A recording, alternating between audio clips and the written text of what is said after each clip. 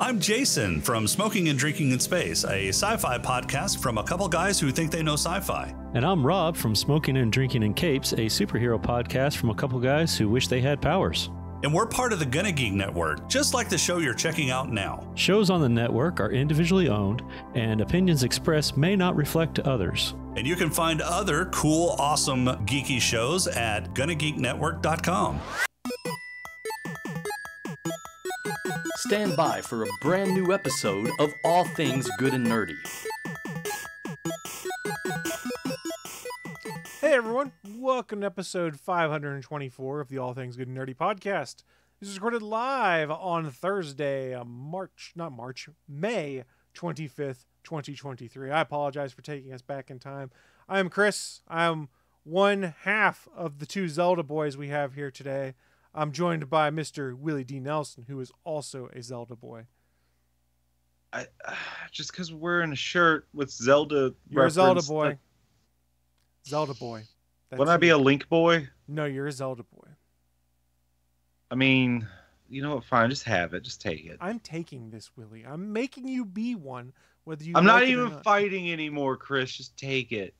No, you will fight. You will fight. Zelda now. boy. Yeah, you got it. Oh, fuck yeah. I can't believe that worked.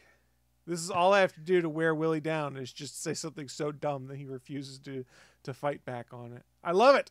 I love it. But you know who else loves that? On. That'd be Mr. Anthony Bachman. Who is a Grogu boy. That's Baby Yoda. I want to hear Precious cargo, motherfucker. Precious cargo. Together, our three powers combined to be geeky white men. There's plenty of us out there. We're not unique. Let's be honest. We're not. There's a lot. Yeah, there's quite a lot. We're in our upper 30s or early 40s, and we are white dudes that talk about geeky stuff on the internet. I think we've just described 25% of the podcast out there, if not more. Probably about 25% of the internet in total. It's probably more on the internet. more. There's a lot of middle-aged white men on the internet. He's There right. is a lot of middle-aged white men on the internet. Well, those middle-aged white men had to be middle-aged teenagers at some point in time, right? Middle-aged teenagers. Middle-aged teenagers. Goddamn right. Can you It only makes sense if you think about the it. logic of middle-aged teenagers to me? That's a 16-year-old with sciatica. What? 14-year-old with a bad back. I mean, Chris, we all know about the club, right? 15-year-old with bunions. As in No, what no, people put on the their club. on their steering wheels On to their not steering have wheel? their car No. stolen? The club in the music world. Oh, the club is what you're saying. The club. The club. Do you know what the club is? I can't say what I wanted to say on here because it's very gross. Whoa! No, the club. It's a thing saying a bunch of great musicians died at the age of 27, mostly to themselves. You know, Jimi Hendrix, Janis Joplin, Kurt Cobain, Jim Morrison, Amy Winehouse. Yeah, there's a bunch. Yeah, the club. Like I think there's even the quote from Kurt Cobain's mother is like he went and joined that goddamn club or something like that. I don't know if that's verbatim. I know what you're saying, and yes, there is like that club of musicians or artists that die surprisingly young, generally below 30 years old. So middle-aged teenagers. Boom. What? Now that would be people that are 23. They're neither middle-aged nor teenagers. My brain hurts, and I don't Yeah, know if it's I'm not because going I with worked Willie's a full math day here. before we did this, or if it's just because Willie logic hurt my brain. But I'm not sure what's going on here. You forced me down this rabbit hole, and I got Could nowhere. be a I did, combination of- no. I forced you down the Zelda boy rabbit hole. You put yourself Yeah. in this And hole this is yourself. where it goes. That has nothing to do with this. All right, Zelda boy. You know what? Like a good Zelda boy, you know what I should do? I should look for two things and put them together. Oh, rock stick. Hey, it works. Then you get a rock hammer. What do you think spears are? They're rock sticks, and they're the best weapon of anything. Handheld. Nothing, no projectile. Look, man, I'll tell you what. I finally got some time to play Tears of the Kingdom this week. Marshall. It's pretty good. I liked it a lot. And in fact, there was one puzzle. I was like, I don't want to figure out how to move this ball from one side of the river to another. So I literally took a bunch of logs and made a bridge and just carried across the bridge instead of trying to figure out the puzzle. I was like, fuck this. Nice. So this sounds like I never played it much, but I've always heard about it. It sounds like Death Stranding. Yeah, similar. Move the ball. Make sure you have an easy path. Build a bridge across to me as what it is. That's what this shrine was, is there was 2 boats in the water, and like the current was pushing the boats towards my side. I had to get the ball to the other side. I think what they wanted me to do was to put the ball on one of the boats, push it across, and then let it come back and use my recall ability to yank it back to the other side. But the problem was I couldn't push it all the way across. So it was going to be a timing thing where I'd have to run to the other side before the boat comes back all the way to try and grab it. And I went, nah, man, there's a lot of wood here. I'm just building a bridge. And I built a fucking bridge. So you That's cheesed problem solving right there. out of it. Yeah. Yeah, that's not my fault. They put 6 planks of wood there I could build off of. Yeah. Hey, We adapt, we overcome. There was people cheesing that one where you had to balance the ball. Yeah, where you in could the, literally in the just Breath flip of it the Wild. upside down and get Yeah, it you that flipped way. it upside down. Yeah, I cheesed it too. Yeah, I mean, yeah, 'cause fuck those. It was far easier. Far, far easier. So yeah, the puzzles are pretty fun in there, what I've gotten to. And one nice touch, I won't touch on it when I get to what I'm into, is I finally found the horse stable, and I took a horse to it, and the guy goes, oh, you already have horses boarded here. And I was like, I do? And it took my horses I'd captured or found in Breath of the Wild and pulled them into Tears of the Kingdom. So I didn't have to go and catch a bunch of new horses and build up my bond with them. So I had all of my fully leveled up horses that were fast I and made it powerful. so I have less game to game. Well, I mean, that was tedious. There's much more things for me to do in the world than catch horses. Fair enough. I mean, I was building stuff and throwing explosive barrels at people last night. It was great. It's good times. Then I blew myself up by accident. That was less great. You just blew yourself? Well, there's a Arrested Up. Development quote there. Up. Yeah. The word up is in Oops, there. I blew myself. Arrested Development. That was from Tobias, whose license plate was A New Start. A new Stark? One New way to Start. read it. ANUSTART. A New Start. Anus When Start. do you Yeah, it was start something that's never anus new? start. What? I don't know. Don't ask me to explain the logic of Arrested Development, which is, When you start a something, show means that it's you new. can't watch the later seasons of anywhere anymore because it was on Netflix and now the show's not anywhere to stream. And those seasons were never available on Blu-ray or DVD. So season 4 and 5 of Arrested Development, I think only 4 is out. 5 Why were nobody they can not watch available? anymore because Netflix never put them out on DVD. Wait, but did they not put them out originally after they came out? Nope. Oh, 4 and 5 4 was and the 5 Netflix, were the Netflix ones. originals. Yeah, we're Netflix Oh, only. yeah, I remember. Yeah. Yeah. So this gets us into They only the whole got thing. 2 seasons? They only had 2 seasons because they redid season 4. Which season? Oh. There was I mean, one season originally where they on recut Fox. it all I together. didn't know I that. can't remember. I thought it was at least 3 or 4. Only Well, 2 didn't they also seasons. do the People Arrested love that Development show. movie on there? On Netflix? I don't think they had a movie, did they? I thought Not they did that a I know. movie too. I don't think so. I wasn't really that into Arrested Development. I liked Arrested Development, but I have issues with Netflix, and we'll get to that when we get to our news. Everyone has issues with Netflix. It's nothing new. You're not a Netflix and I are snowflake. having a spat. It's not good times. Everyone is. Fuck it's not Netflix. good times. You still got Netflix, Willie? You got some of that Netflix? Sadly, yes, but it's quickly. If it's gonna quickly go, because I mean, there ain't nothing on it. I stepped for what comes out. I think in a couple of days. I think you should leave season 3. Ooh. Which, if you haven't seen, I think you should leave. It is great. Bachman, have you watched it yet? Watched like half of the first episode. Oh, that's right. You said, yeah. I remember what you said about it. Now that's sad. Yeah. Well, just a heads Dana up. was not a fan. At some point, I might watch it myself. Just a heads up to everyone as we start to roll into the news of the week here. We will not be covering the PlayStation Showcase this week. I'm sure we'll talk about it next week, although bits and pieces of it may come up. Just because our local PlayStation expert hasn't had a chance to consume it yet, and I only consumed a little bit. Fair enough. All I'm I watched looking was at one trailer on one game because, let's be honest, that's all I really cared about. I did see that some of the stuff that I thought was interesting, just seeing it in passing on social media, is coming to both Xbox and PlayStation, so that helps. it. Ooh. Very, very fascinating. But you know what else is fascinating, gentlemen? The news of the week. I think That would be the news of the week. I was gonna say ice cream. Live from the ATGN studios on the internet, it's the news of the week.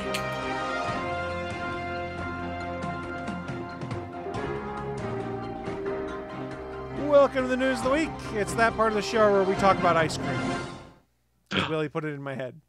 Yay! I like ice cream. I like turtles. You can only pick All right, one so flavor of ice Breyers cream to is- have the rest of your life, but you can have it for free the rest of your life. What do you get?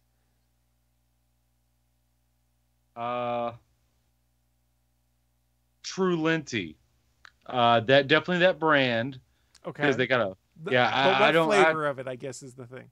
I gotta see. I gotta remind myself of flavors. They got some awesome fucking flavors. I gotta remind myself which ones they got because True Linty, if you haven't had that brand, is delicious. Chocolate chip cookie dough. Chocolate chip cookie dough. All right. I think I could eat that forever.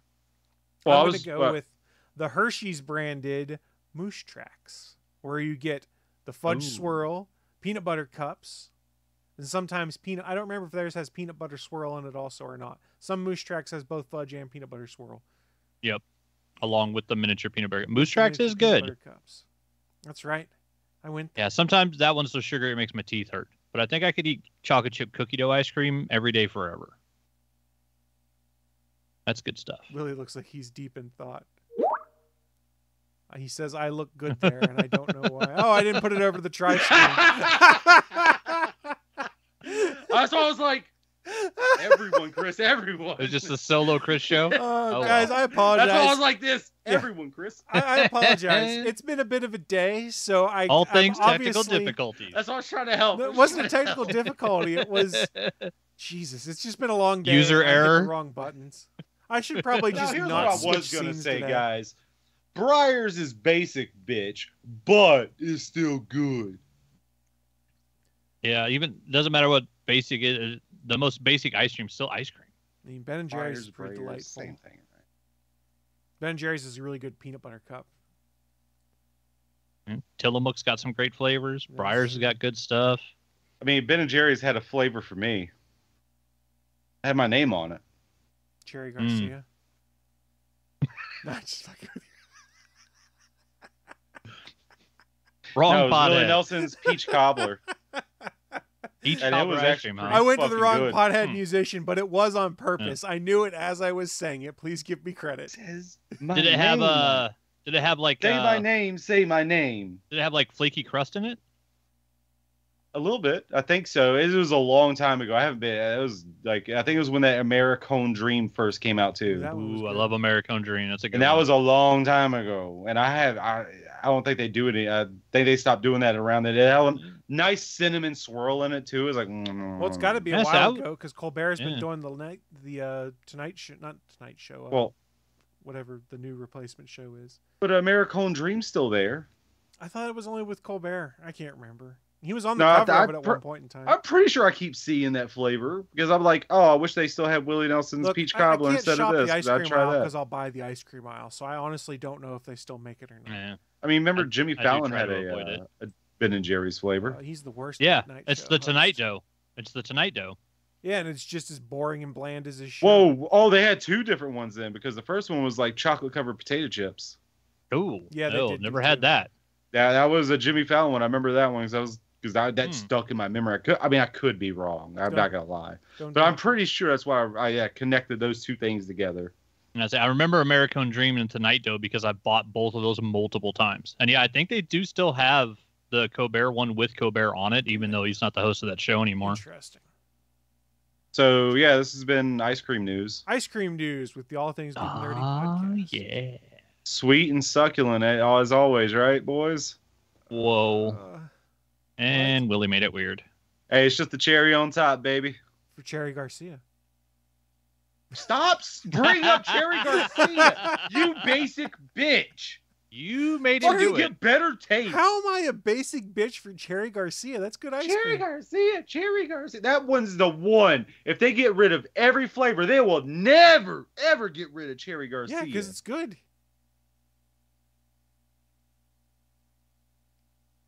People like chocolate covered cherries. There's too many different kinds of chocolate kinds of ice creams. The one that has a fruit flavor in it too, you got to keep some of that around. You know I'm right. You know it. You know it.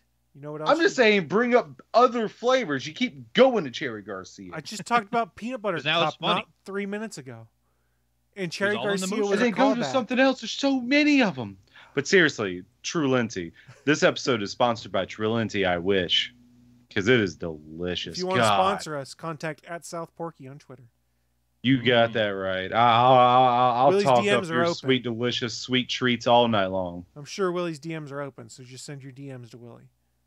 It's not the only thing that's open. Your Ah, wallet, because it's empty.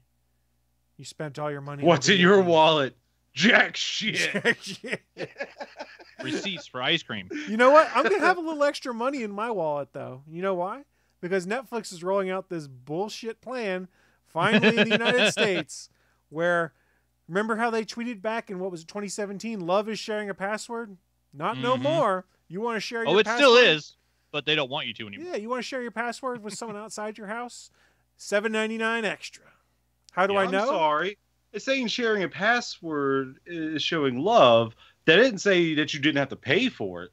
And That love was ain't not free. the context of the statement back then, but sure. I mean, So for those that are you're right. unaware, Netflix has talked about for a while and has tested in other countries the fact that they were going to be making updates to their plans to squeeze a little more coin out of people, because I know a lot of people share Netflix accounts.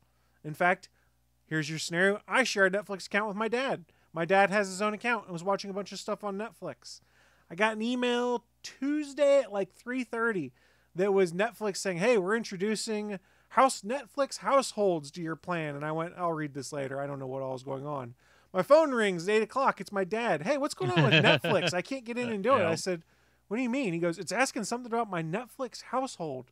So they sent the email that afternoon, turned it on, and basically, since I'm sure folks on the stream who are watching us or listening may not have run into it yet, here's what I found about how it works, because I didn't read the email because I didn't care at that point in time until it impacted me, is that whoever the account holder is has to certify what their household location is at some point in time with Netflix. So in this case, I would have to log on to Netflix. I hadn't that day, and it would ask if I am logging on from my household location, which would be a device on my IP address, potentially with my GPS location if I was using, say, a cell phone or a tablet. From there, I'd be able to set my home location, and then it will continue to check anytime anyone accesses my Netflix that they're logging in from that home location. So what had happened in my scenario is my dad had logged in and it said, we need to set your home location. And he hit the button to request to set home location. It sent an email to me asking, hey, is this device your home location? Then also sent me a text message saying the same thing. I wasn't paying attention because I was watching AEW Dynamite, so I wasn't even paying attention to my cell phone and all that. My dad calls and goes, hey, I'm trying to watch the Netflix. And I went, oh, did this finally roll out? And what we found out is it did in fact roll out. And I said, well, I mean, I'm going to cancel because of this, but if you want to finish whatever you're watching in there, feel free. He goes, no, fuck them. This is dumb, basically.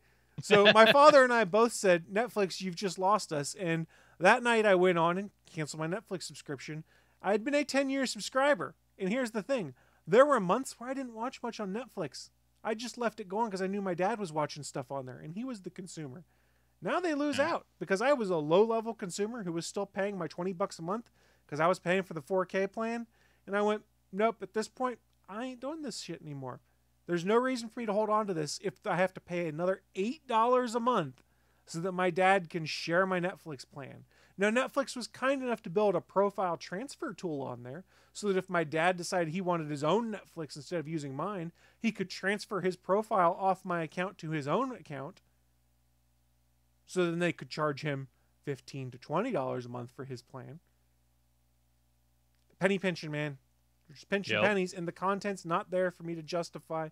Okay, let me put it this way. The content wasn't there for me to justify it for $20 a month, but I left it on because my dad was watching stuff. It's certainly not there for me to pay $28 a month to continue doing the same thing. I am at a point now where Netflix is no longer the indispensable streamer for me to have. It's, okay, there's a show I want to watch. Let me wait until it's done. I'm going to turn on Netflix for a month or two, and then I'm going to turn it right back off. Versus what I've done for the past 10 years is have Netflix.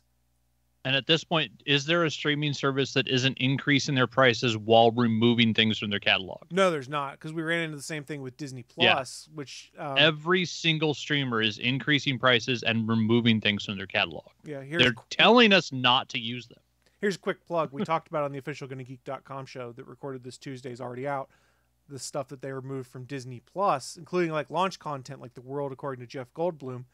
Yeah, that's the one that pissed me off. Well, I love that show. So you want my conspiracy theory why some of these removals are happening?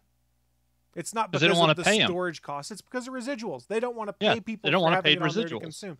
And that's part of what's going on with the writers' strike right now. Is the writers trying to get their damn residuals? Yep. Give me my motherfucking movie paycheck, to quote Jay and Silent Bob Strike Back. And we have more news about that as well. Yeah, another way they're trying to fuck people over. Wasn't that Jeff Goldblum show made specifically for Disney Plus? It was a launch show on Disney Plus. It was a National Geographic show because it was one of their like live kind of someone learning to do something shows. But yeah, it was a launch day show on Disney Plus, and I fucking loved it. Jeff Goldblum is just one of those naturally curious people, and he's like, hey, I'm going to learn about ice cream. He literally had an episode that was 30 minutes about learning about ice cream. He had another one about that's where bicycles. That's nice. Yeah. Yes. Yeah, he had one about sneakers. Like, yeah, it was a great show. It was, fully family oriented. It was about learning. It was about building communities. It was an fucking fantastic show, and I loved it. It was the only thing that was on that list where I was really disappointed when I saw that was going away. Well, they removed some MCU content too. Yeah, I mean, stuff drops off all the time, but like when I see that show was done and they're not making more, like I would watch 30 seasons of The World According to Jeff Goldblum. Like that's a show they could do forever. Well, evidently the numbers weren't there to justify making more of it. I'm just surprised that this service that's predicated on you can watch all the Disney content, now you can't watch all the Disney content.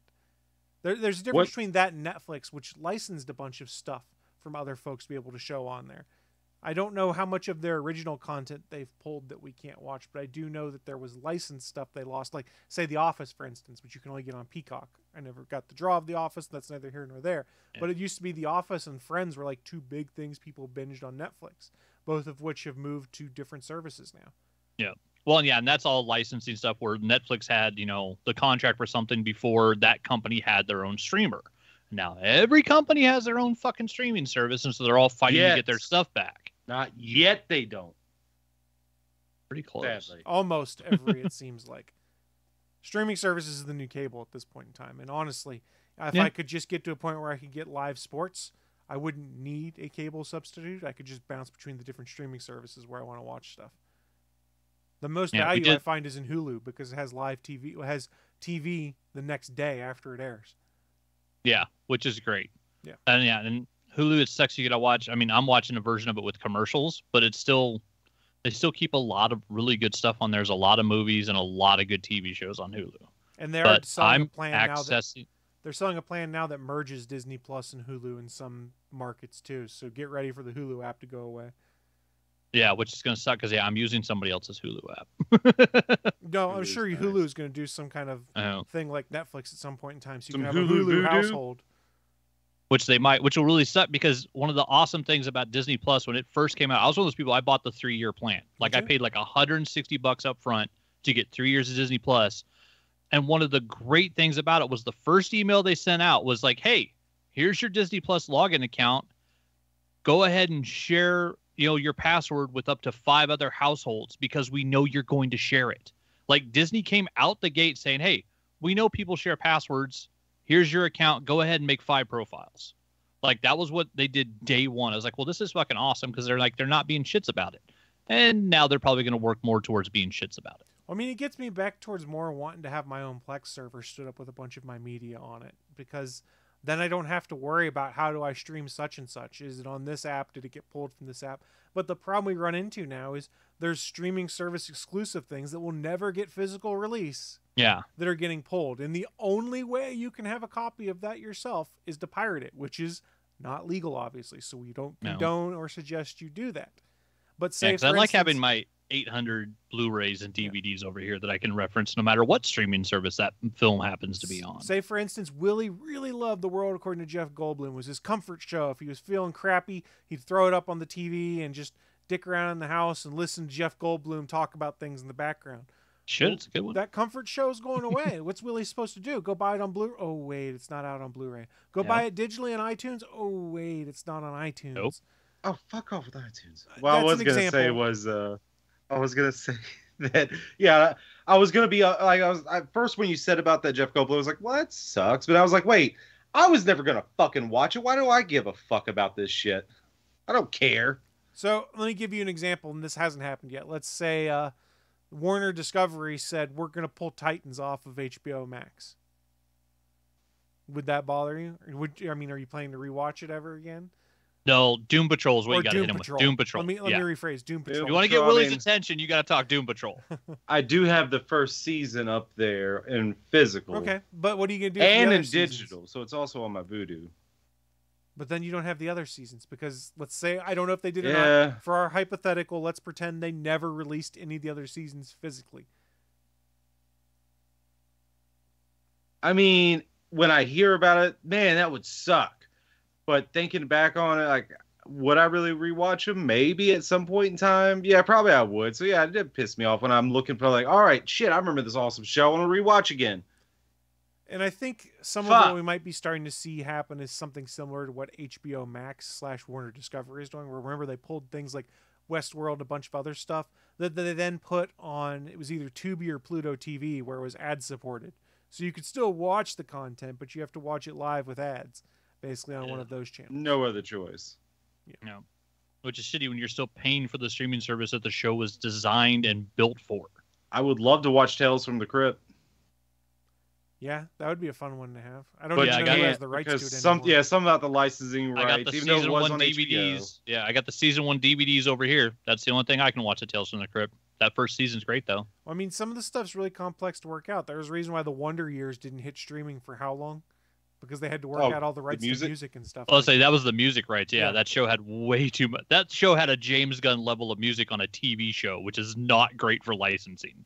Man, another show, just a side note that I don't know what they're paying for music, but it's a lot. It's got to be Ted Lasso this season. They've had the Beatles on. They've had all sorts of other stuff. I'm going, none of Would this love stuff to watch is that cheap. show. I'm sorry, what, Willie?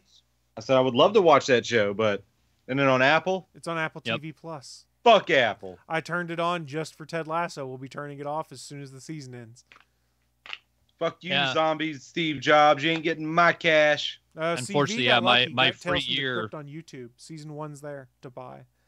Oh, I'm Oh, sure you okay. can find it any episode on YouTube. I'm Yep. sure. But then No, that this also is means legal. you don't This is you legal. don't actually own it. Who cares? You own, the right to stream it on YouTube until YouTube decides you don't.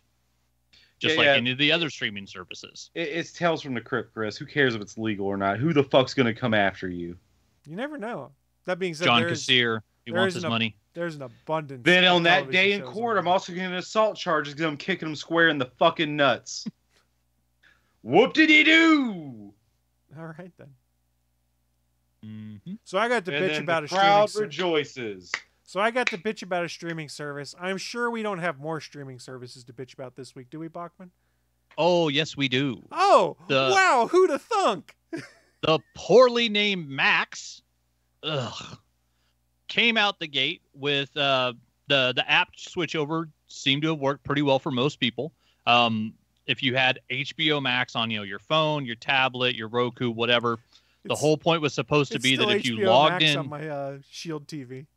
yes, it didn't remove the Max from my phone. It just added the new Max app. But like on my Roku, it actually swapped it. Like literally logged into Roku. I had to put my email in again, which a lot of people said that they were able to actually just click on the app and it reloaded everything without them even having to log in, which is nice. That worked for some people. I did have to fully log in again, but once I did, all of my shows that I was watching on HBO Max are there. All of my profiles are there. The profiles I'm sharing with other families. We'll see how long that lasts. And of course, they dumped all of the Discovery Channel TLC garbage in there. But most of the interface was still just, the actual good stuff that I wanted to watch from HBO and the shows I was watching, which is great. But what they did hugely fuck up in the current climate where we already have the Writers Guild on strike, because as Chris said, streaming services don't want to pay residuals, because when a lot of these contracts were done, Writers Guild, Directors Guild, SAG-AFTRA, the Actors Guild, you have a whole bunch of people that had they're under contracts, long-lasting union contracts that didn't take streaming services into account because when the contracts were signed, they didn't exist. A lot of this stuff was put in place before Netflix became a thing, and then everybody followed suit. We saw this, with Scarlett Johansson complaining that Disney didn't give her a theatrical release, which therefore took money out of her contract because of the way it was written, because her movie went direct to streaming. So we've seen this issue come up again and again, and now we have, you got Max, you got Netflix, you got Hulu, pulling content off of their streaming services because they don't want to pay those writers or directors or anybody else residuals for re-showing the shows over and over again, where it used to be, you did Friends, you did as soon as you broke 100 episodes, that show got syndicated, it went on television, it played at 4:30 in the afternoon in every freaking market in middle America, and those actors got paychecks every week basically for the rest of their lives. Having a show hit the point where it could be what the hell is it called? It's not franchise. Syndicated, yeah. As soon as the show could get syndicated, it was basically guaranteed money forever for the people that worked on that show. We're seeing that kind of go away because the streamers, most of them don't have advertising, and so they're trying to change how everything works. Along those routes, Max decided, fuck everybody. We don't care if you're a writer or an actor or a director. We're just going to have our shitty algorithm list all of you as creators, which not only pissed off tons of people online when they noticed it yesterday and the day before on Max, it also flat out breaks the contract that the WGA and the DGA, the Directors Guild, has with all of these corporations. Where when you look at the one that was apparently the most egregious that really pissed people off was when you go to Max and you look up the movie Raging Bull, which I'm pretty sure we all know is, Martin Scorsese's Raging Bull. He's not even listed, one, as the director. Two, he's not even listed as the first creator. I don't know who the fuck Peter Savage is, but apparently the algorithm thought he was the most important name involved in Raging Bull. So Martin Scorsese's listed as the second creator, quote unquote, as the people who created the movie Raging Bull. So then you've got, if that were to stand, then Max would say, we don't have to pay you a director's credit because we didn't list you as a director. We don't have to pay the writers a writer's credit because we didn't list them as writers.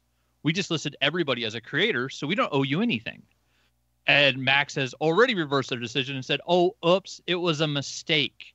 We rolled out our app too fast. Yeah. We rolled out our app too fast to meet a deadline that they created. So I don't know how you can complain about the timeline of getting the app out when it was your decision to do it. You hired the programmers that made the changes. And then you said, yeah, this looks great. Greenlight it. Let's go live. Of course, apparently they just thought like they could just get away with it. No one would notice. And so, yeah, Max has already reversed this out. We agree that the talent behind the content on Max deserve their work to be properly recognized. We will correct the credits, which were altered due to an oversight in the technical transition from HBO Max to Max, and we apologize for this mistake. Sure they were. The reason they're apologizing is because it's been noted by Kevin Smith and a lot of other notable writers in Hollywood right now. The Writers Guild being on strike slows things down. But what it doesn't do is bring Hollywood to a screeching fucking halt. Right now, SAG-AFTRA is voting to see if they're going to join the strike, basically in cooperation with the writers, because there's a lot of actors out there being like, hey, it's bullshit that, other people are getting paid and other people being forced to work because you have like Warner Brothers Studios telling someone, you're not a writer, you're a showrunner. You better go work on your fucking show or we're going to fire you, even though they're on strike because they're a writer.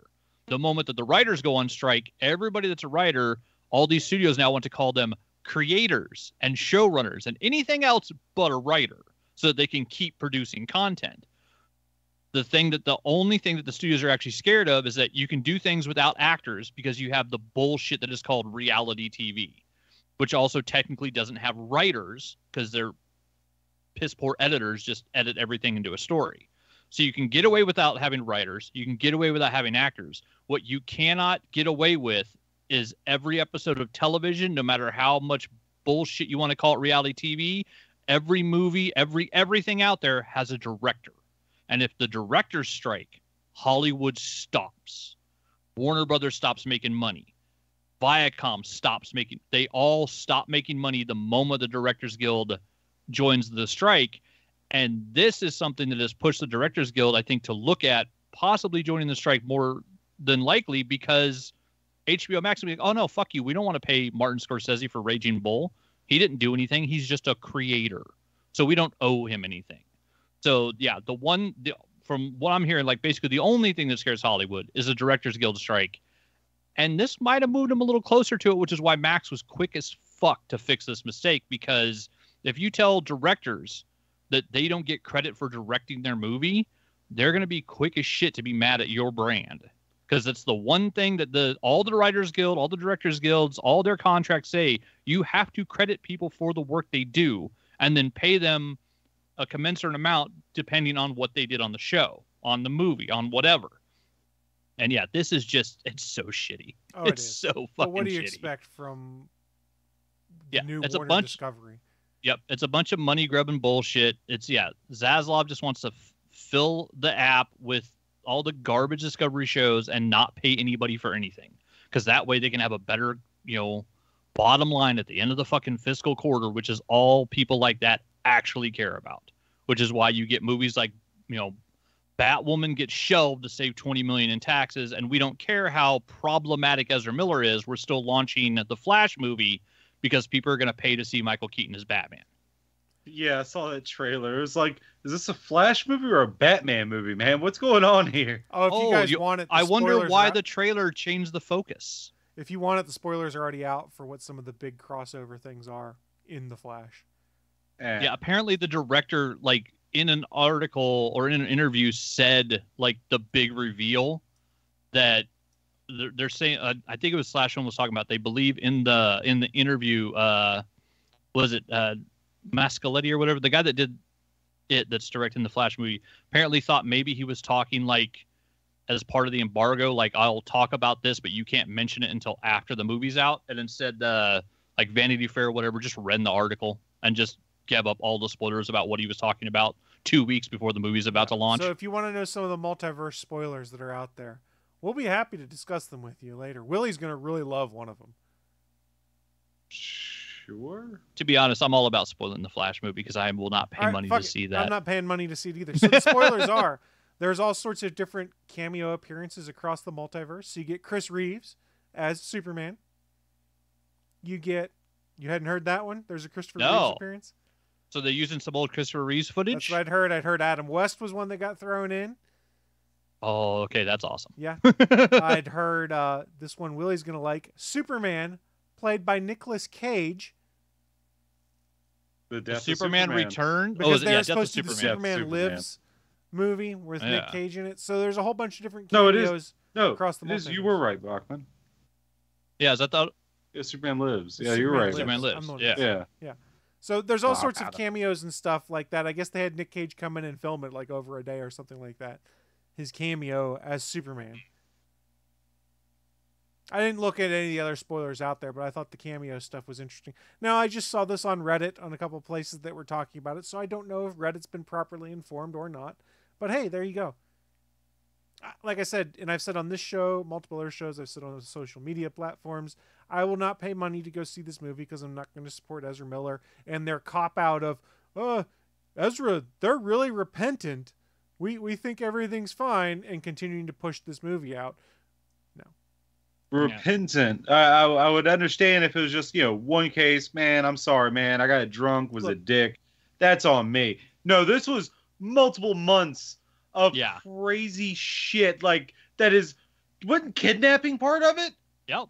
Alleged, yes. I don't know if charges actually got filed for it. And alleged grooming of minors. Yeah. A whole bunch of allegations of a whole bunch of shit that if they hadn't already filmed a movie that they'd spent over $100 million on, they would have shit canned this thing so fast. And since he's in like 95% of the movie because he plays 2 or 3 different characters, there's no real way to reshoot him. The real question is, are any of those characters going to be anything like any Flash ever? No. Because he hasn't played a Flash yet that I recognize from the comics.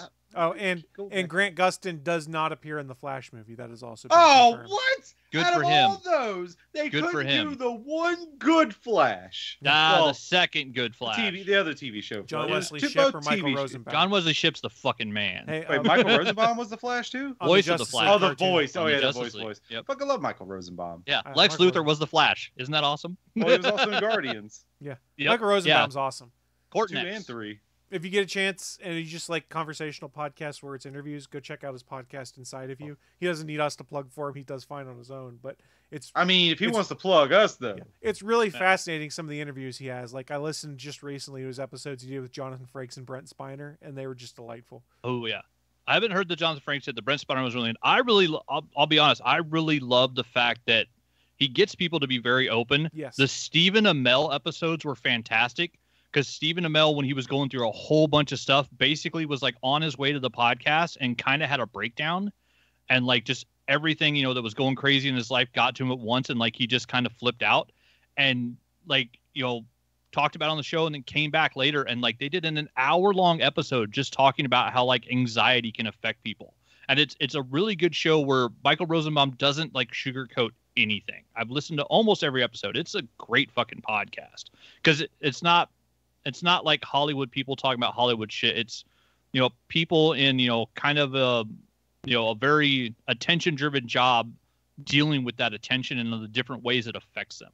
It's a lot of talk about like mental health and like getting better. The Zachary Levi episodes are fantastic because that guy has gone through some shit. It's just And, yeah. fascinating because everyone comes across as being open and honest, just talking about things they've done in life, the shows they've done, the movies they've done. It's a really good interview show, and he does a very good job of putting his guests at ease, so they're just willing to talk about almost anything, it seems like. Yeah, it's one of my favorite podcasts. He's a really good interviewer. He's really good at it. Which I don't think he thought he was going to be when he started. No. If you listen from the beginning. I mean, if you listen to some of his anxieties he's talked about on that show before, and I haven't listened to all Yeah. of them. I only listen when it's generally someone who he's interviewing that I'm interested in, just because I don't have a ton of podcast time since I commute to my basement now instead of driving to and from work when I would normally listen to podcasts.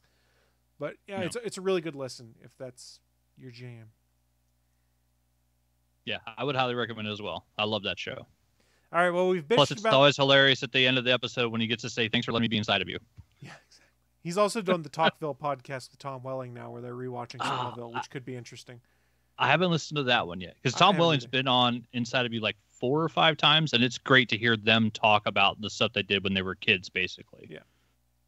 But I think we've bitched about streaming services for 2 out of the 3 segments. Willie told us he has mystery news for us. We don't know what it is. Fingers crossed it's not 3 segments in a row of bitching about streaming services. Open the mystery box. What's inside? Mr. Willie Let D. me Nelson, tell you what something. do you Fuck Amazon Prime. I'm just kidding. got?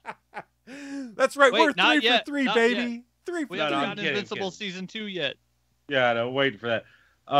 So I saw a little blurb, just a tiny little blurb, and this is all the news I saw out of it. And it said Supermassive, the game company that made The Quarry, Until Dawn, the Dark Pictures anthology games. They have announced their next big title, and I'm looking forward to it because it is set to take place in the Dead by Daylight world.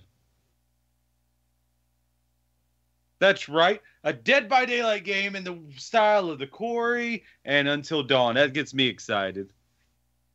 Let me guess, you didn't care about it Until Dawn? Is that? You I like are Until weird. Dawn. I like the Quarry. We still haven't actually finished the Quarry. We played like halfway through. That's great. What is wrong with you people? Other shit. I'm playing I was Legend of planning a Zelda. marriage. Fair. What was that, Chris? I'm playing The Legend of Zelda. Legend I of don't have Zelda. any time. Well, whatever. Anyway, that was. It's a little small blurb that got me super excited because I love the Until Dawn. I love the Until Dawn. Love Supermassive. Love every game they put out. And then Dead by Daylight, you're putting the one in that world. I'm there for it. I'm assuming no licensed characters, as in no Michael Myers, no Freddy. I'm assuming, which would make sense. I'm not going to be upset by that. But I mean, every other characters, I guess all their in-house characters are going to probably be in there.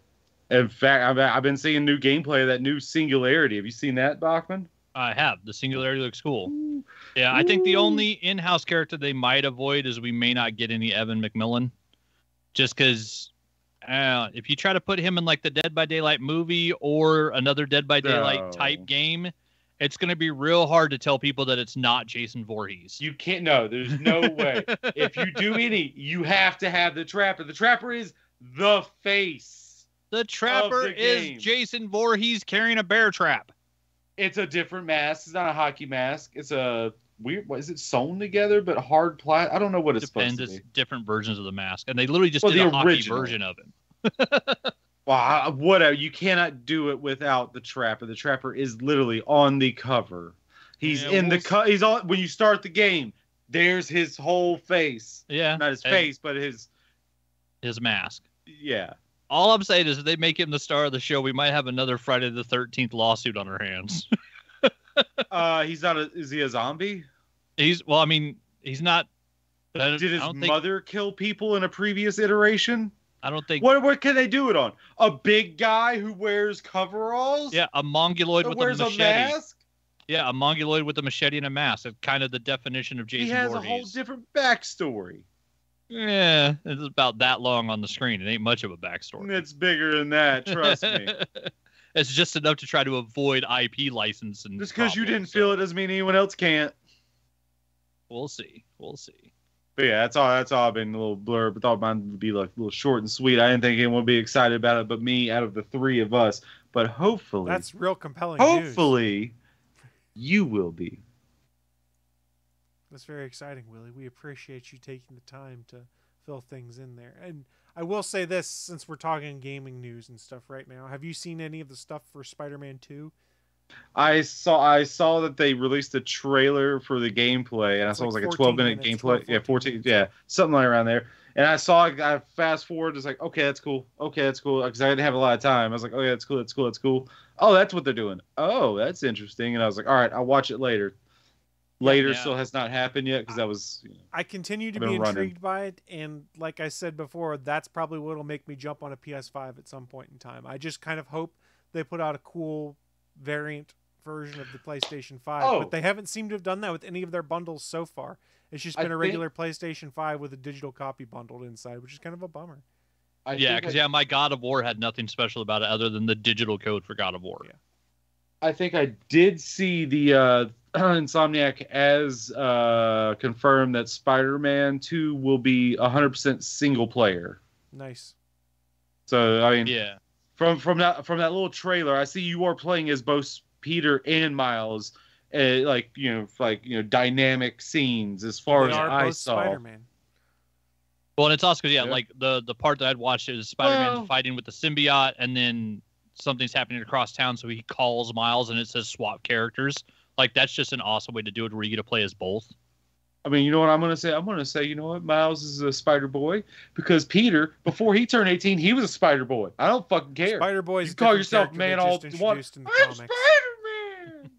No, they literally just introduced a Spider-Boy character in the comics. And... I know, I'm just teasing. Actually, they did Spider-Boy. They did Spider-Boy back in like '94 as part of Amalgam. It was Spider-Man crossed with Superboy. Yeah, now they've done another one. He had a web gun. Yeah. That was one of the amalgams. It was a more fun book than Dark Claw. You got to remember, Superboy in the early 90s was incredibly popular because he was the angry young kid version of Spider-Man that they thought would resonate with people. Not Spider-Man, Superman that thought would resonate with people. So pair him with Spider-Man.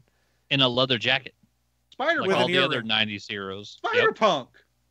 Yeah. Basically. Was that Ben Reilly Spider-Man at the time too? I think it was. Yeah, I want to say Spider-Boy was a mix with the Peter Parker. They'd gone back to the original. I think at the time in the books, though, Amazing might have been when Ben Reilly was running around with the weird web shooters outside of his costume for some reason on that strange redesign that Dan Jurgens did. The redesigned Spider-Man costume that Ben Reilly. I like the way the spider looked. I just didn't understand why he would have his web shooters on the outside. It just looked weird to all of a sudden have bracelets. Because he did his Scarlet Spider. So I guess he had him on the outside of Scarlet Spider too. The only Scarlet Spider I like is Kane. All the power, none of the responsibility. Is he actually alive or dead anymore? I don't remember. It's impossible to keep track. I think they brought Ben Reilly back, and now they turned him into a supervillain. I don't know what all's going on. Who cares? They let them keep fucking with Spider-Man storylines. They're gonna do it. Hey, you remember when Aunt May was really turned out to be Mama May? Just checking real quick at the Malgram database that they had there. Spider-Boy is Superboy and Ben Reilly Spider-Man combined. Oh, it was Ben Reilly. Okay. It was Ben Reilly. It's been a couple decades since I read that. Yeah, I was going to say, it's been a while since I've read it, too. I was curious. I have all of those. Yeah, I have all the Amalgam. I have a beat-up trade of it somewhere. I was big into comics when those were coming out. I thought Amalgam was the coolest thing ever as those books were being released. I mean, it was cool to see the big two combine and to get some interesting takes on how to do things. I thought it was fascinating. I mean, and then we got Marvel versus DC afterwards. Not as cool as the Justice League JLA book Avengers book that they did with Busiek and Perez. Oh. R.I.P. George. Oh, George Perez, the greatest team artist of all time. No joke, man. No one can put 500 characters in a poster the way George Perez could. Incredibly talented dude. Indeed. Mm-hmm. All right. Well, on that note, I think we've wrapped up the news of the week. Unless anyone else had anything else they wanted to toss in. I'll say, speaking of RIPs, we had 2 more RIPs this week, which were kind of big. For the music world, we lost Tina Turner, which was sad. Basically, the queen of rock and roll, one of the best live shows anybody's ever seen. And the reason that, people want to talk about like how cool Beyonce and stuff is, none of those artists exist without Tina Turner doing what she did in the 70s and 80s. Tina Turner was a badass. And then, of course, for the geek world, we sadly lost a character who we were just about to see deal a lightsaber on Ahsoka, who might be my favorite Punisher ever, because, a guy that's willing to kill a dude with a rocket launcher just cuz, in probably the bloodiest Punisher that's ever existed, Warzone. Volstagg himself, the big Viking, we lost Ray Stevenson this week. And, that one's just really sad, because, all accounts, everybody's talking about him now, and all the, the good thing, when someone dies that's awesome is you get to see all these people talk about all the cool things they did and working with them and all this stuff. And it's sad to see it, but it's awesome to see the great outpouring about these great people. And yeah, just by all accounts, Ray Stevens, was just a great guy. And he worked on so many awesome shows and movies and just had just a great, catalog of films and TV that he did. And I can't remember ever seeing a performance of his where I was disappointed. The guy always delivered. He was always entertaining. And yeah, his Volstagg was great. I freaking loved his Volstagg. And then, yeah, his Punisher. He did the bloodiest Punisher ever in Punisher Warzone 2008. And, if you haven't watched that movie, it's so bloody and it's so ultra violent. It's probably the closest we'll ever get to a comic book actually being turned into a movie where it actually feels like a comic book when you're watching it. Warzone is fantastic, and I think most of that is Ray Stevenson. Yeah, we lost 2 big ones this week. Indeed, we did. My favorite performance of his was in the Superhero Squad cartoon for kids, where he reprised his role as the Punisher. Did he really? He was the voice of the Punisher on that? That's fantastic. I sent you get both of you guys the link in our chat. That's great. Nice. I'll check that out after the show. I've seen that a long time ago. I was like, wow, they really just from Punisher Warzone. Okay. That's fantastic. And I love it. And it's awesome. It's a good little scene. I love it. Nice. He really hates his vegetables. Would you say he punishes them? No. Well, damn. That's the carrots. Well, That's thanks. what furries do. Thanks for that, Cherry Garcia. I appreciate it. Aren't you just a piece of shit on top? Now that I got to poke Willie again, it's time for us to start wrapping up the show. Those of you guys that have seen the show before know we do that in a little segment called What I'm Into. It's our chance to share with you guys who are watching live or listening at a later date the geeky and nerdy things we've been getting into, because, hey, you may want to go check them out yourselves. I'll kick things off because the list is pretty short. I've been finally getting to put some decent time into Legend of Zelda Tears of the Kingdom. I finally got off the tutorial level, which took a while, and now I'm just kind of randomly exploring Hyrule and loosely following the missions. And much like the last one, if you veer off the path too far of where you're supposed to go, you can do it, but you'll know because enemies just start one-shotting you, and you're like, oh, I probably shouldn't be here yet. I'm not strong enough. Wait, is there leveling up mechanics? there's not leveling up per se, but you get better gear as you progress that has better armor. Okay. And then you also can get more hearts. And I don't have enough hearts yet, so some things just one-shot me with my combination of armor and hearts. We ain't got enough heart. Yeah, exactly. Miles and miles of heart. The replacements right there. Damn right. So Old Gene Hackman for you. I've really been enjoying that. I've been playing it on the big screen. I haven't played it in handheld mode, and I've noticed just a couple instances where the frame rate judders or gets all wonky, but it doesn't last for long. So it's pretty impressive that they've got that game that plays that well running on 6-year-old hardware that well. That was kind of limited to begin with in comparison to some of the other stuff that's out there. So I've been playing that. I saw that they had a sale on the Diablo 2 remastered on console, and I was tempted to buy it because it was down to like $15. I don't think I'm going to buy it yet, but I do think I will buy either now or when I see it on sale for the first time. The Telltale Games team we all know what happened to Telltale. Studio shut down. A lot of the folks that worked on Telltale Games have gone to go and work a Star Trek project. There is a game called Star Trek Resurgence that just dropped, I think, 2 days ago, that is in the same vein as the Telltale games that I'm really looking forward to going to go check out, where you get to play 2 different characters on a Federation starship, and I think it's set like a couple years after Star Trek Nemesis. So you're not very far into the future based off what we'd seen on the movies, but you get to go on a cool Star Trek adventure, because honestly, Star Trek would lend itself really well to a Telltale style game where it's not necessarily you have to make a bunch of action statements and things like that, but it's a really good story where you have to make decisions on the real quick that could potentially change things. I'm really looking forward to giving this a try.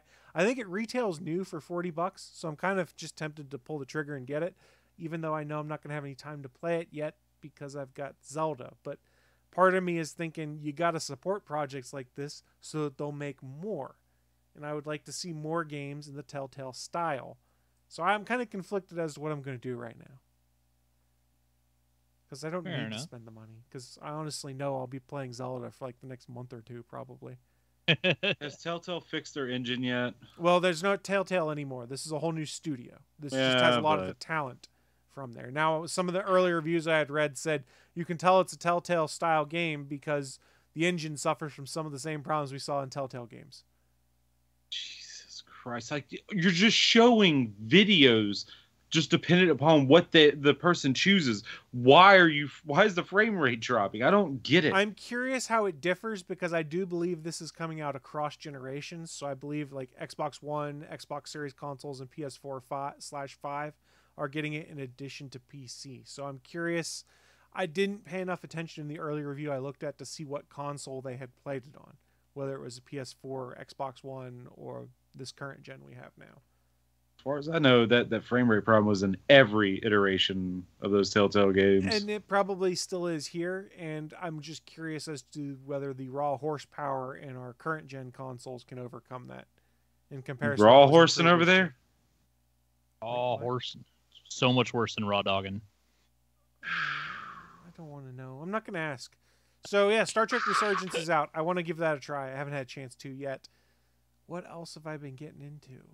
God, I don't know. Like time flies. I don't know what I do anymore. It's all just Ted Lasso time at Chris's house. Oh yeah, that's what I've been watching. Ted Lasso. We're caught up on that with one episode left this season or potentially this series.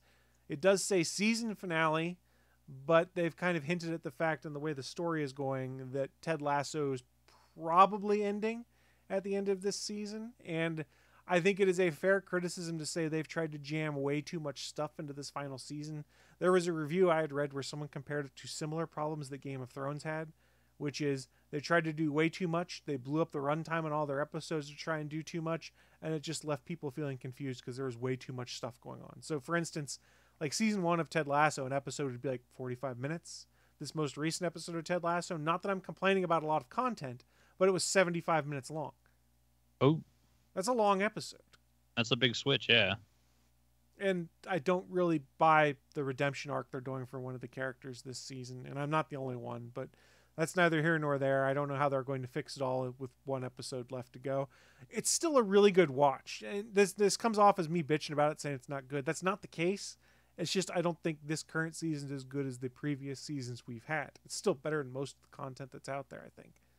And there's still characters that you really like and appreciate on the show. I don't know. I enjoy it a lot. If I would strongly suggest that people go and check it out because it's a good show if you have Apple TV Plus, or if you get like a month-long trial to try it, because I think they were doing month-long trials again right now. Just binge all of Ted Lasso. There's actually some other content that's really good on Apple TV as well. I need to finish watching Mythic Quest before my subscription runs out too. And that's where that Adam Scott show is, right? Where they wipe your brain when you go to work. That's on there. I always too. forget what the hell it's called, but I've been wanting to see Severance, that one. yeah. Severance, yeah. Which is just a great concept. I haven't seen anything about the show other than people love it, and that it's just, I read the concept, it's like, damn, that's a good one. But that's what I've been getting into. I'm sure there's probably other stuff I've been doing that my brain is just not registering because everything kind of blurs together right now. I've just been kind of busy. I don't know. Bachman, how about you? What you been getting into in your first week back? I finally got back into the workflow, so I got to watch a bunch of stuff. I'm like halfway through season 3 of Picard, which I'm loving. Yeah, like Chris said, it's just the next generation love fest that we always wanted. Watched all of season 6 or 7 of Rick and Morty. What's the one they just put out on? It was HBO, now it's Max. I think it's season 6. Which I love the fact that you get like halfway through the season, you get this great character development. And then right before the season ends, they go, no, none of that happened. And there's a very good reason why that character development was basically fake. And it's really good fucking writing. I love that show. Also watched the finale of Titans. They wrapped up season 5 and wrapped up that show, which I like the way that they kind of ended everything on that one. Knowing they were going into the end of the show, they actually kind of got to wrap up a bunch of storylines and did really well with those. Started going through my Hulu, going through things I'd put on there to watch that I'd never gotten around to. I watched the first 4 episodes of I'll say new Thundercat show, because it's not the one from the 80s, but the one they did about, I think, 5 or 6 years ago. It's really, really well done animation, kind of cool storytelling. I like the fact that Snarf doesn't say Schnarf all the time, because that shit was ridiculous. But, entertaining show, good cartoon. I'll finish watching that season that's on Hulu because it's definitely fun. And I watched the first 3 episodes of Reginald the Vampire, which is based on a YA, I don't know if it's a YA book or YA series called Fat Vampire. This is on my list. Yeah, I like that they changed the name. It stars Jacob Bataluna, which most people would know as Ned from the new Spider-Man movies. He's utterly fantastic in it. Oh. It's got Mario Van Peebles' kid is in it as the guy that turns Jacob Bataluna into a vampire and is kind of his creator. They're both really good, the acting in it. 3 or 4 episodes in, I'd say the one problem is it seems like they took what was a book that you could have made like a really dense movie out of and instead made it into a 10-episode TV show. So it's kind of slow in some areas where they're just kind of doing filler for sci-fi to get to the next commercial break. But it is entertaining. It's got some cool concepts and some different ideas on the whole vampire mythos where, some of the stuff goes off the classic ideas, other things work totally differently. And so it's kind of funny how they work those in. And honestly, it's worth watching for Jacob Bataluna. Like the kid's a super talented actor, and it's hilarious to see how his character's dealing with basically becoming the undead. Let's see. Other than that, it was like 2 weeks ago trying to think of all the movies and stuff we watched. We've been watching a movie almost every night. Most of them are just average. We did watch Shazam! Fury of the Gods last night or the night before when it dropped on Max. Kind of sad I didn't catch it in the theater, but just at the time we were busy. It was a really good movie. Shazam's still probably my favorite thing that they've done in the DCU or EU so far. With it having not made much money, that character's probably not going to continue. But, I mean, it was still hilarious. The way that Zach Levi plays an overgrown child with godlike powers is still just funny as hell. Like, it was a good sequel. Not as great as the first one, but like most sequels, it's kind of hard to top the original. But, it was funny. The special effects were great. Some of the fight sequences they had were awesome. And other than that, just enjoying watching all the stuff coming out from Warhammer. Those that don't know, not only is Superman himself, Henry Cavill, a huge Warhammer fan, but Raul Cooley, who grew up in Europe, has now really gotten into Warhammer and started painting. He's been on a bunch of shows, and he got to voice the character that's the Space Marine in the new video game called Bolt Gun, which is basically if you took Doom and just changed everything into it to a Space Marine killing Xenos instead of demons, you get bolt gun. So it's done as a throwback to the old style, first person shooters.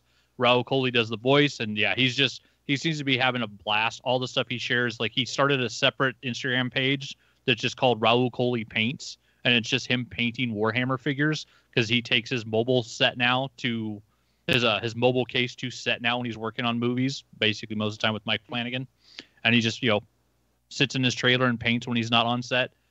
He was also in Like a Dragon Ishin earlier this year, part of the Yakuza game series. Oh, nice. Raul did a voice in there. Oh, yeah, he was a character. I'm not sure what exactly it was because I have not got to the game yet, and I'm trying to go spoiler-free-ish because I want to see it. But I know he's in it in some capacity. I don't know why or know how because I haven't played it yet. I'm trying to keep that special. But yeah, another fun Instagram to watch. And with the launch of that video game, they have a new festival out because apparently Warhammer has like 3 festivals a year, like their version of Comic-Cons. And this one's called Warhammer Skulls, which is their video game specific festival that's happening. I think it's today and tomorrow, where they talked about Bolt Gun. And then they just released that they're doing a Realms of Ruin, which is the Warhammer Age of Sigmar. Let's see, what is it? Raise your banners and march on Mortal Realms Warhammer, the first ever AAA real-time strategy game set in the Age of Sigmar. So Age of Sigmar is Warhammer's version of like the fantasy Dungeons and Dragons. So there's no tech. It's all magic and creatures. And they just released, you can sign up for the beta, and it looks badass. Because the Stormcast Eternals, the little guys I've been painting the gold armor, are from the Age of Sigmar. And this looks like it might be a really fun game. So yeah, all the new Warhammer stuff coming out is just keeping me interested and taking all my money. Nothing wrong with that. It's a healthy habit. Better than spending on heroin. Yeah, better than spending on booze. Costs a little more, but who drinks anymore? Some people do. Alcoholics. Fair. Me on vacation. Fair, I guess. I had a beer at the ballpark when I went a couple weeks back. It was the first beer I'd had in like a year. I had 2 beers. How was at that the Luke $30 Combs. beer? Yeah, it wasn't that much. Beers. It was a $10 beer. Thank you. $10. Yeah, I had 2 beers at the Luke Combs concert. For the 2 of us to get 2 beers was like $48. Yeah, it's crazy. Fucking outrageous. But hey, man, you go to the ballpark, you gotta have a cold beer. No, you don't. Yeah, man, it's the ballpark. You gotta have a hot dog. Now you don't have to have a hot dog. What the fuck? What are your priorities? You need peanuts and Cracker Jack. Which do you need? Out of those 2. If I'm being forced to watch paint dry, baseball, I need a beer and a hot dog. Well, which one would you? If you had both. to only have both sided one. us. No, I need a beer and a hot dog. Actually, I need 6 beers and a couple of hot dogs. Man, you just Steven Jondrew to sitting right on the fence and not making a decision. I don't need no Cracker Jacks. Steven, we've said this about you before. This is a recurring gag. That fence post is squarely planted way up his ass, and you know it. You like to sit on the fence and not make a decision. I see what's going on here. I need beer and a hot dog. That's all I'm saying. Can't have one without the other. Actually, they have really good chicken fingers. Drink alcohol. Chicken fingers. Chicken fingers and fries. Chicken fingers? Yeah, you don't like chicken fingers? Yes, but not a ball. I don't really go to baseball games. I'm not gonna lie. I've been recently it's been showing my recommendations on YouTube. It's been like baseball, like weird plays. I'm like, this is oddly interesting. I like this. I should clarify. It was also the collegiate baseball team too, so it wasn't the same prices as Major League ballparks. And I would also say that I can't see myself fully watching a full baseball game. It might be entertaining if I'm there or something. For background, I grew up when I was young and we lived in Colorado Springs. We lived like 20 minutes away from the ballpark that was the AAA affiliate of the Rockies. So I grew up going to baseball games all the time during the week. It's fun for me, but it ruined baseball on television. Going to baseball in person. I can't watch baseball on TV, but I love to go to a game, take my scorebook with me so I can sit there and keep score in the scorebook, keep balls and strikes and things like that. Sign. No, but this is a little bit different because you're keeping track of pitch counts and errors and things like that. It's really fun. Yeah, not like just the score, all the other stuff. Yeah, I like keeping the scorer's book. Fair enough. Definitely I don't even know what any of that means. Yeah. Errors? What the fuck's an error? It's because I grew up doing it. I love it. But it's just, look, we got lucky enough that here where I live, which is where the WVU is based out of, the college baseball team went on like a 10-game winning streak and won the Big 12 conference. So we got to see some really good baseball to close out the year, and it was really fun, and I enjoyed it a lot.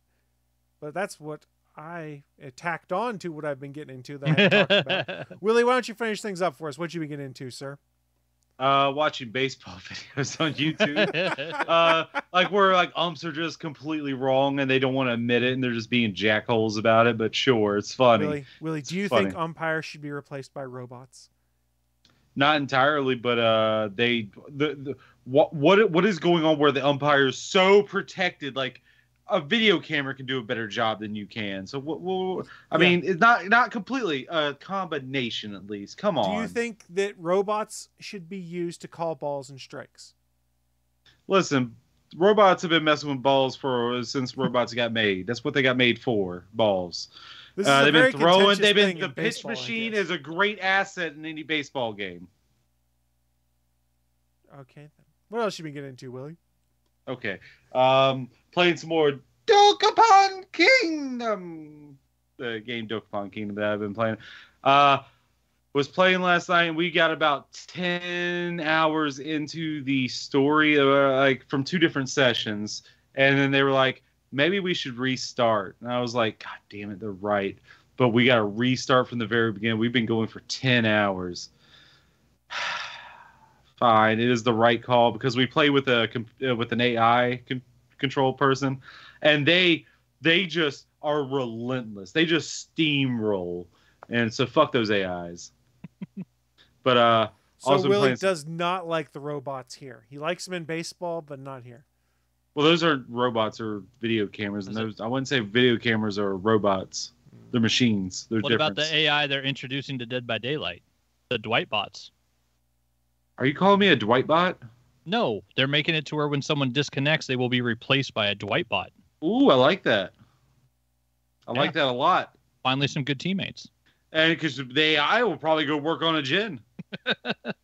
Instead of hiding in a corner. Goddamn right. Fuck, I tried solo queuing for the first time in a while. I'm like, what are these people doing? Yeah, I told you.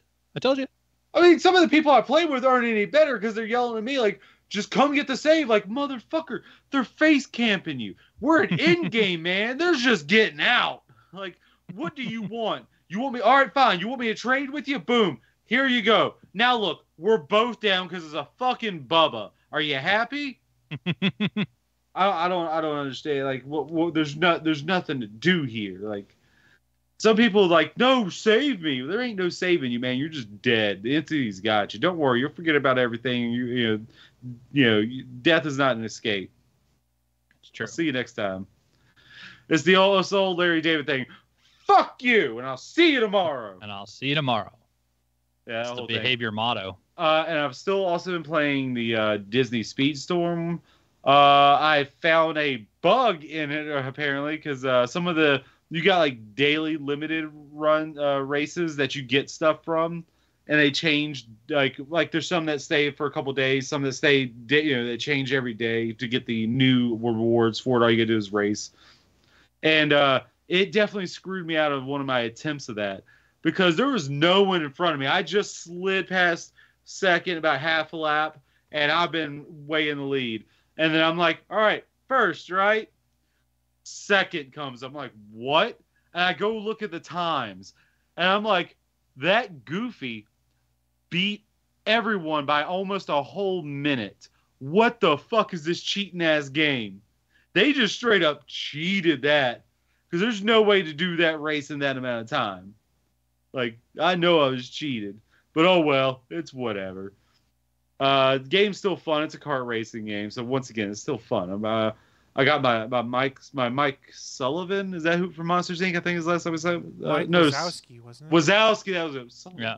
Sully was the big guy. Mike Wazowski's the little eyeball. That's where my brain was getting mixed up. I never watched either one. Not because of anything. They were just, I was at the wrong age when they came out. That's fair. The first one's great. You know when you're like an older teenager, like, man, fuck that Disney shit. It's not a right thinking, but you understand why it's a thinking at least.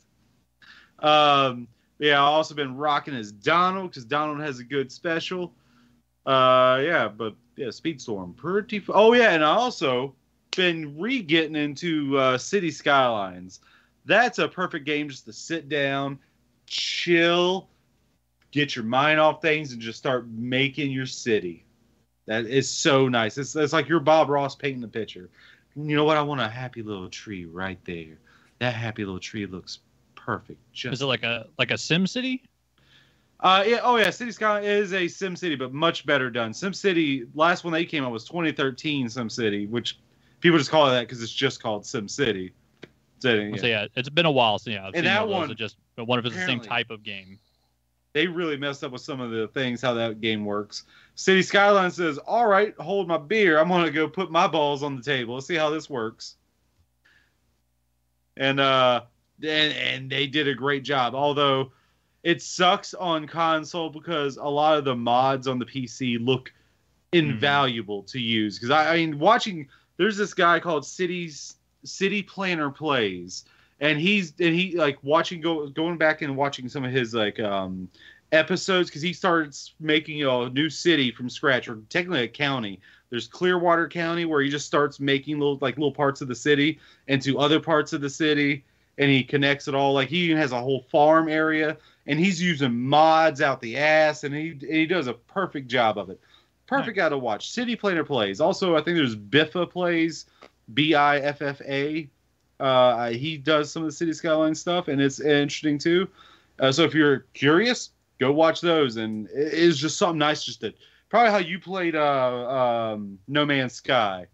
Yeah, just relaxing, chill. Yeah, there's nothing that's going to attack you or anything. You're building your city. Yeah. The worst thing you got to do is like, man, this traffic sucks. I'm trying to sit here and fix it. It ain't working. Like that's pretty much some of it. Games like that are really relaxing sometimes. Oh, yeah. Super relaxing. But you know what? I'm going to cut Guardians of the Galaxy Volume 3, and I'm going to cut this short. That's what I've been getting into. Figure it out. Figure it out. Finger it out. Wait, what? You heard me. Oh, boy. All right. Well, on that note, we are going to start shutting things down. A friendly reminder before we do that, we do stream live. Our timings are off right now. Just check out the social media. That'll let you guys know when we are going to be streaming. But if you do like our content, please go check out some of the other shows on the Gonna Geek Network. Head on over to GonnaGeek.com, and you can see all of the other shows that make up the network, covering a variety of topics, a variety of geeky topics, that is. And then finally, if you want to interact with us or any of those other shows, go to GonnaGeek.com/Discord. Come on over to our Discord server. It's pretty active. There's a lot of conversation going on. We even have a channel for this little podcast on there too. So you can come chat direct with us by going to the All Things Good and Nerdy channel on the Gonna Geek Discord. Before we shut this thing down, do you guys have any final thoughts that you want to share with the people? Mama May, I guess, is what Willie wants to share with the people. You heard it here first and probably last, because I'm not sure how many people are talking about it to this day. But Mama May indeed, and we will see you all next week for more of our typical horseshit shenanigans. Bye, guys. Bye. Thanks for listening to this brand new episode of the All Things Good and Nerdy podcast. Don't forget, we'll be back next Sunday live at 11 a.m. Eastern, 10 a.m. Central over at live.atgnpodcast.com, channel 3 of the Alpha Geek Radio app, and over at our network home at GonnaGeek.com/live.